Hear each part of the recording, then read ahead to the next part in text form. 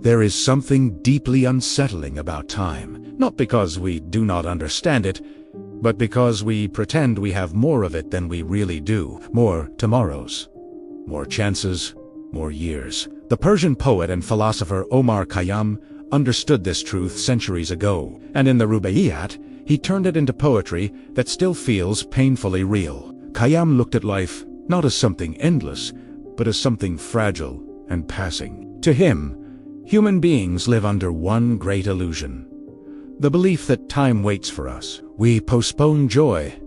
We delay, meaning we tell ourselves that there will always be another day to begin living. But Khayyam's poetry asks a difficult question.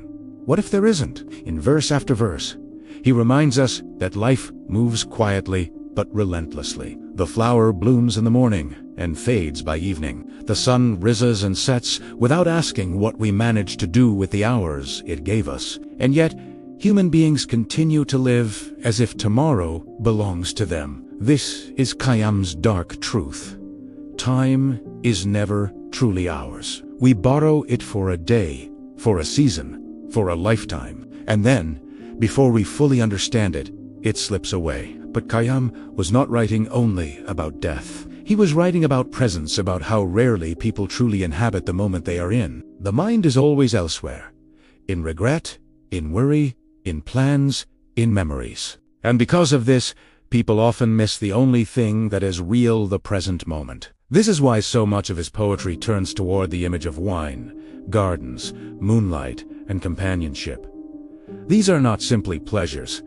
They are symbols of presence, of being fully alive in the fleeting moment before it disappears. Khayyam seems to whisper across centuries: do not waste your life waiting for the perfect time to live, because life itself is passing. And perhaps this is what makes his poetry feel so modern. Even today, people live in postponement. They delay happiness until success arrives. They postpone peace until certainty appears. They keep moving the meaning of life into the future. But Khayyam understood something most people still struggle to accept.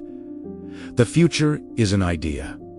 The present is life itself. And because life is uncertain, because time moves without permission, every moment carries a quiet urgency. Not panic, not fear, but awareness, a reminder that meaning is found now, in teeth breath, in this conversation, in this evening light. This is not a hopeless view of life. It is, strangely, a liberating one. Because once we stop pretending that time is endless, we begin to see what truly matters: presence, connection, awareness. If you enjoy stories that reveal deeper truths about life, subscribe to Literature Literally, because sometimes the oldest voices understand us best.